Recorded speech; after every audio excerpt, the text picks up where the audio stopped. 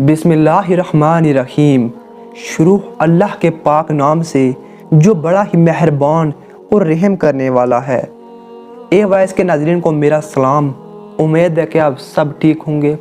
معزز ناظرین کرام، اہل سرر کی ایک قوم جسے قوم سبا بھی کہا جاتا ہے، اللہ تعالیٰ کی بے شمار نعمتوں کے اندر ان لوگوں کی زندگی گزر رہی تھی۔ یہ قوم ایک عظیم تہذیب اور تمدن کی مالک تھی۔ حضرت داؤد علیہ السلام اور حضرت سلیمان علیہ السلام کی باعظمت حکومت کے بعد ان کی حکومت زبان زد خاص و عام تھی۔ کہا جاتا ہے کہ یہ لوگ گندم کے مغز سے آٹا پیس کر روٹیاں پکاتے تھے، لیکن اس کے برعکس وہ اس قدر اسراف کرنے والے اور نہ شکرے تھے کہ انہی روٹیوں کے ساتھ وہ اپنے بچوں کا پیخانہ صاف کرتے تھے۔ یہ روٹیاں اتنی اگٹھی ہو گئی کہ ان لوگوں نے ان روٹیوں کا ایک پہاڑ کھڑا کر دیا۔ ایک بار ایک صالح اور ایک نیک شخص وہاں سے گزر رہا تھا کہ اس کی نظر ایک عورت پہ پڑی جو اپنے بچے کا پیخانہ روٹیوں سے صاف کر رہی تھی۔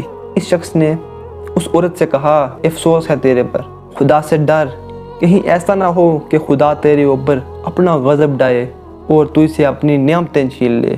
اس عورت نے اس شخص کا مذاق اڑاتے ہوئے اور مغروری انداز میں کہا، جاؤ جاؤ، گویا کہ مجھے بھوک سے ڈرا رہے ہو۔ جب تک سرسار جاری ہے مجھے بھوک سے کسی قسم کا کوئی خوف نہیں ہے۔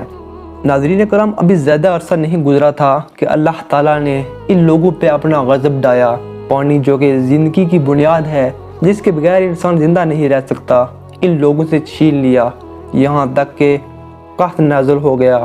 بات یہاں تک پہنچ گئی کہ ان کے ذخیرے کے تمام غذا ختم ہو گئے۔ آخر کار بھوک کی وجہ سے وہ لوگ آلودہ روٹیوں پر ٹوٹ پڑے جو ان لوگوں نے اکٹھی کر کے ایک پہاڑ کے مانند ڈیر لگایا تھا، بلکہ وہاں سے روٹیاں لینے کے لیے صفت لگتی تاکہ ہر کوئی وہاں سے اپنے حصے کی روٹیاں لے سکے۔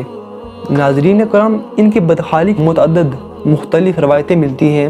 سورہ نحل کی آیت نمبر 112 اور 113 میں یوں ارشاد ہوتا ہے، اور اللہ نے اس بستی کی مثال بیان کی جو محفوظ مطمئن تھی، اس کا رزق ہر طرف سے باقاعدہ آ رہا تھا، لیکن اس بستی کے رہنے والوں نے اللہ کی نعمتوں کا انکار کیا تو خدا نے انہیں بھوک اور پیاس کا مزہ چکھایا، صرف ان کے اعمال کی بنا پر کہ جو وہ انجام دے رہے تھے۔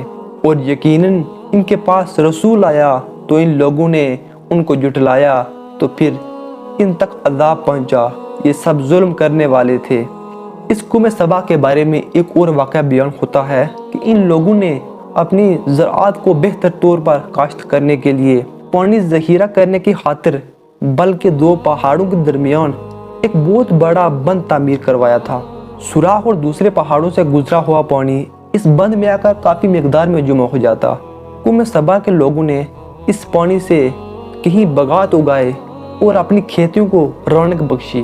ان باغات کے درختوں کی شاخیں اس قدر پھیلی اور لدی ہوئی ہوتی تھی کہ کہتے ہیں کہ اگر کوئی شخص سر پر ٹوکری رکھ کے ان کے نیچے سے گزرتا تو پھل خود بخود ٹوکری میں گرنا شروع ہو جاتے اور ٹوکری تازہ پھلوں سے بھر جاتی، لیکن نعمتوں کی کثرت نے انہیں شکر کرنے کے بجائے غافل کر دیا تھا، یہاں تک کہ ان کے درمیان بہت بڑے طبقاتی نظام وجود میں آ چکے تھے۔ ان میں سے صاحب اقتدار لوگوں نے کمزور اور ضعیف کا خون چوسنا شروع کر دیا، یہاں تک کہ ان لوگوں نے خدا سے ایک احکامانہ التماس کی۔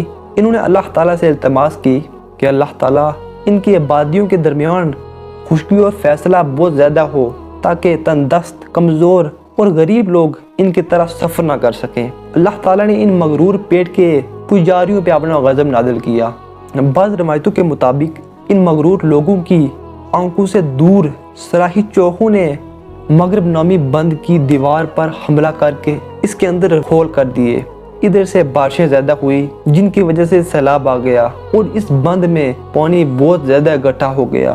اچانک بند کی دیواریں ٹوٹی اور ایک بہت بڑا سیلاب آیا جس میں تمام دیہات، آبادیاں، مال مویشی، باغات، ان کے محل اور گھر پانی میں غرق ہو کر نیست و نابود ہو گئے۔ ان کے باغات اور زراعت میں صرف درخت اور کچھ جھاڑیاں بچی تھی۔ خوشحال خان پرندے وہاں سے کچھ گر گئے، کوئی بھی ایسا جانور، کوے، الو، کوئی بھی وہاں نہ رہا۔ اس بات کا ذکر سورہ سبا میں ملتا ہے اور آخر میں سورہ سبا کی آیت نمبر 17 میں قرآن کریم میں اس واقعے کا یوں نتیجہ نکلا ہے کہ یہ ہم نے ان کو ناشکری کی سزا دی اور ہم ناشکروں کے علاوہ کسی کو سزا نہیں دیتے۔ اس قوم کا حشر دردناک اور افسوسناک ہوا۔ اللہ تعالی ہمیں اپنے عذاب سے بچائے۔ مجھے دیجیے اجازت، اگلی ویڈیو میں ملاقات ہوگی۔